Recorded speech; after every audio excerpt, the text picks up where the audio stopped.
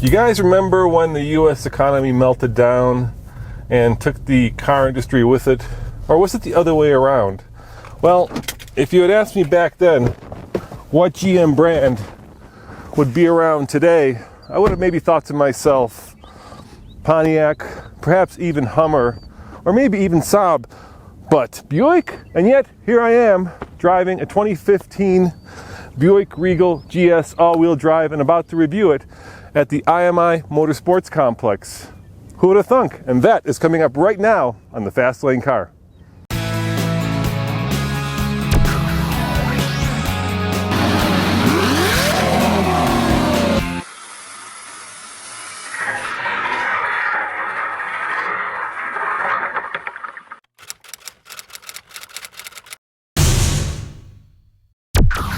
There's no doubt in my mind that this is my favorite Buick.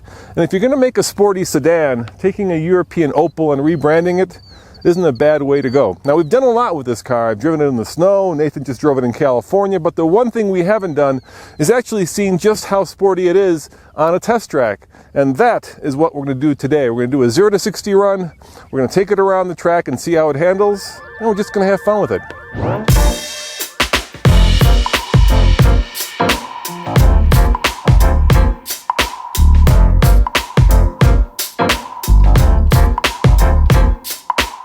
Under the hood of the Regal GS is a four-banger, a 2-liter that puts out 259 horsepower and 295 pound-foot of torque, mated to a 6-speed automatic transmission with no paddle shifters, odd for a GS, and of course, all-wheel drive. Now, when I first drove this a couple of years ago, I thought this was the hot rod of the Buick range, and it still is, but honestly, I think it needs more power. Maybe that new turbo, dual-scroll turbo they're putting in the 2016 Camaro. That might be the way to go. But let's find out if I'm wrong or if I'm right by taking it around the track.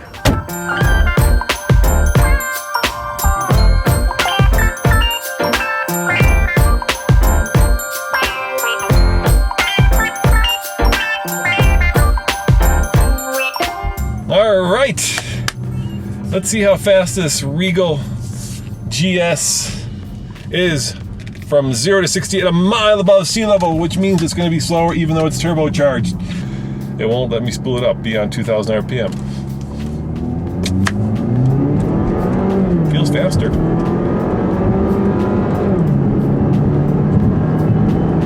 And there we have 60. Yep, it was faster. 8.64, 8.64. So that gives us a time of about, what, 7.64 if you're at sea level. Not exactly earth-shattering, but sporty nevertheless.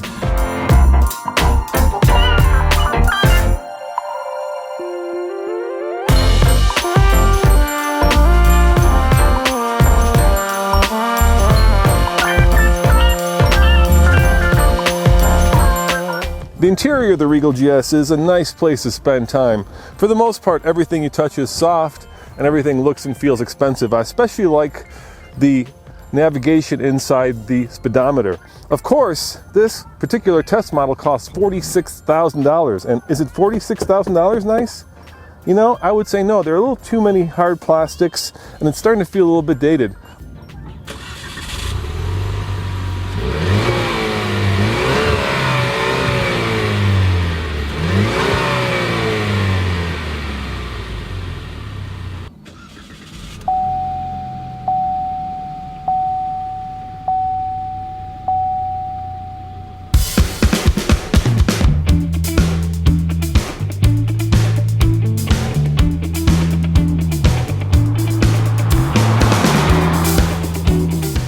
Here we go.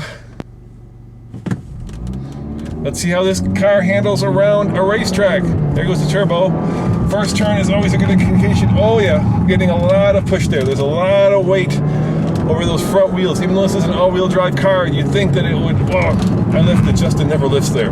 You would think that that would compensate for some of this weight distribution. Brake seems solid.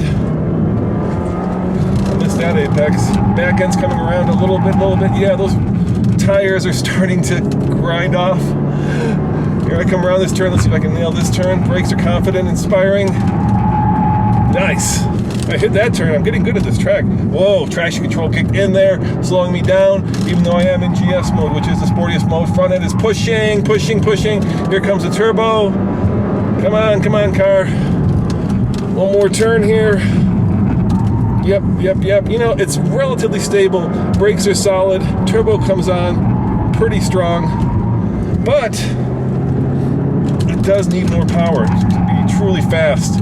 It is sporty. Okay, last part. Here we go. Come on, let's go. Full on, and bam. I wonder what my lap time is.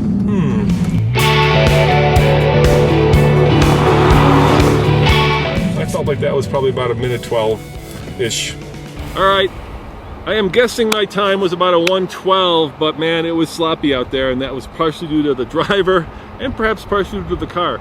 Tell me, what was my time? It's 1:14.7. 1:14.7. All right, well that is substantially slower, and yeah, you know, it's a big sedan that's sporty, but certainly not fast. There you have it. You know, I can't help but feel that this rebranded Opel should in fact be a Pontiac, but times change, and so do brands. In general, I like this car. There are certain things that are kind of goofy, like these vestigial openings in the hood from the Buick brand. I do love these big chrome wheels. They are all blinged out in a very good way. And so, on the TFL scale of buy it, lease it, rent it, or forget it, I'm going to give it a lease it. I think for $46,000, the interior could be better, the engine could be more powerful, but in general, it's a very fine, sporty sedan that puts a smile on my face. And what more do you want? As always, this is Roman reporting for the Fastlane Car. Check out tflcar.com for more news, views, and everyday reviews. And of course, remember, subscribe for a new car video every day. See you next time. Ciao.